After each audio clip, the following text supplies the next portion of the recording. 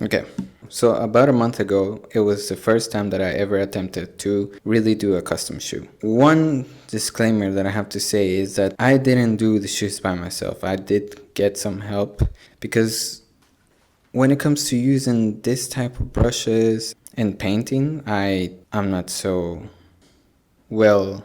In some ways, you can say that I was leading the project and trying to figure out how we could do it the best. In any case, I did do some painting as well, but for the sensitive parts or difficult, I did leave it to the other person to do it.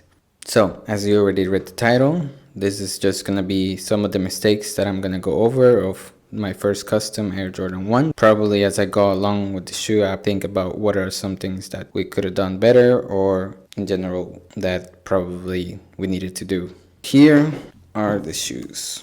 If you're not familiar with the shoe, this is the Air Jordan 1 Patina or Rust Army. Originally the shoe has black here, and black here. Not such a complicated custom.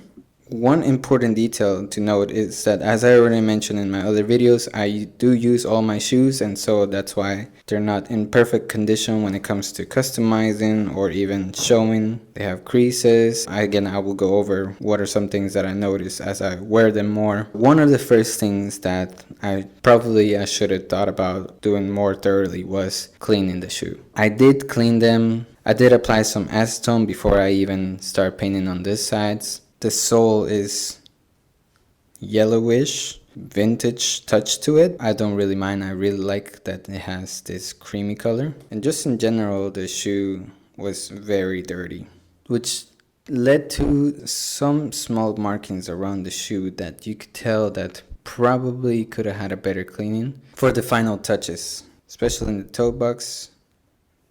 To be honest, I really like that our shoe looks a little bit beat up, so that's why I didn't mind to clean it so well. The second probable mistake.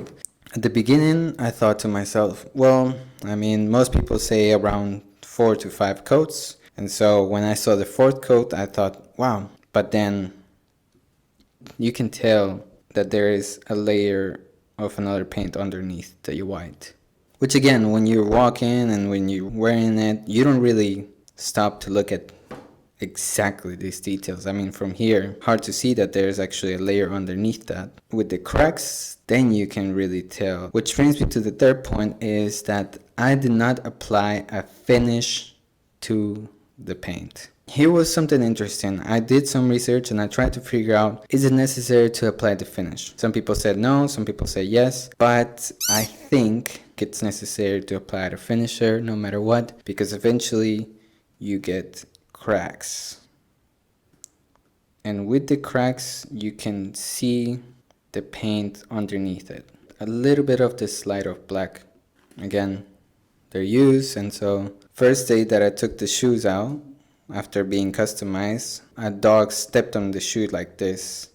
On this side, you can see a little bit of the crack. I'm not sure if that's caused because of not applying the finisher, but it could also be that I did not do one more coat. To me, it's not such a big deal, just because, as I mentioned for the millionth time probably, I use the shoe and it doesn't really matter. The last point is based on the fact that I said that I got some help and someone else helped me with customizing the shoe, and that is details. We decided to not tape the shoe at all. So we didn't tape this part, we didn't tape the bottom or this. We made the best possible way to really avoid making mistakes. On the bottom, very minor, and I don't know if this happens to everybody, but you can see a little bit of a small view of what the paint looks like. Smaller details like that we could have taped it, or maybe even going over with the X-Acto knife or something, over paint it, I guess. Probably this was the biggest mistake, was that accidentally I painted this part. As I said, since I didn't tape it off, and I tried to apply some acetone and take it off, and I end up with a mark like this. Water stains or whatever, now it just has a mark thanks to not taping it.